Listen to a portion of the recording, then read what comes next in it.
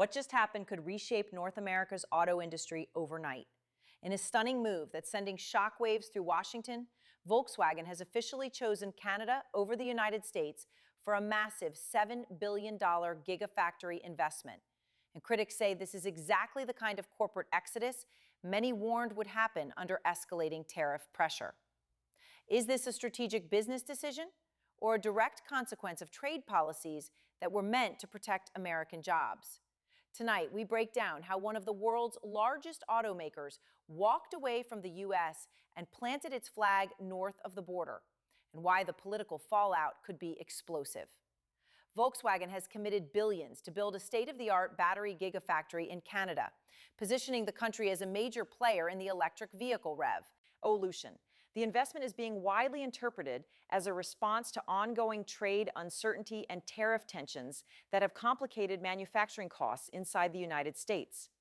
Instead of expanding aggressively on American soil, the German auto giant is betting big on Canada's stable trade environment, government incentives, and access to critical minerals needed for EV battery production.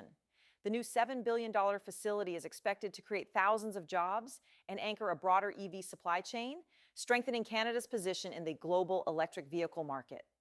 For Washington, however, the optics are difficult. Tariffs were designed to encourage domestic production and protect American industry, but critics argue that unpredictable trade policies can push multinational corporations to seek safer, more predictable alternatives. Canada has aggressively courted clean energy investments with subsidies, streamlined regulations, and strong access to raw materials like lithium, nickel, and cobalt. Industry analysts say this combination makes it easier and cheaper for automakers to scale battery production there. Meanwhile, American automakers and suppliers are watching closely, concerned about cost pressures and competitive disadvantages. The move also intensifies the broader debate over whether tariff-heavy trade strategies strengthen or weaken long-term economic competitiveness. Supporters argue tariffs level the playing field against unfair trade practices, while opponents say they increase input costs and discourage global investment. Volkswagen's decision now becomes a powerful real-world case study in that debate. Politically, this development adds fuel to an already heated conversation about manufacturing jobs and the future of the EV transition in North America.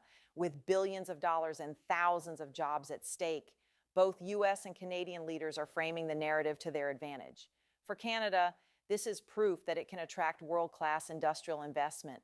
For critics in Washington, it raises uncomfortable questions about whether tariff escalation is backfiring. And for the global auto industry, it signals that location decisions are increasingly tied to supply chain security, energy policy, and geopolitical stability. Size. The big question now is whether this is an isolated decision or the beginning of a larger shift of advanced manufacturing away from the United States. If more multinational corporations follow this path, the long-term economic and political consequences could be profound. One thing is clear: the race for EV dominance is accelerating, and governments are competing fiercely to win it. Volkswagen has made its choice. The ripple effects are only just beginning.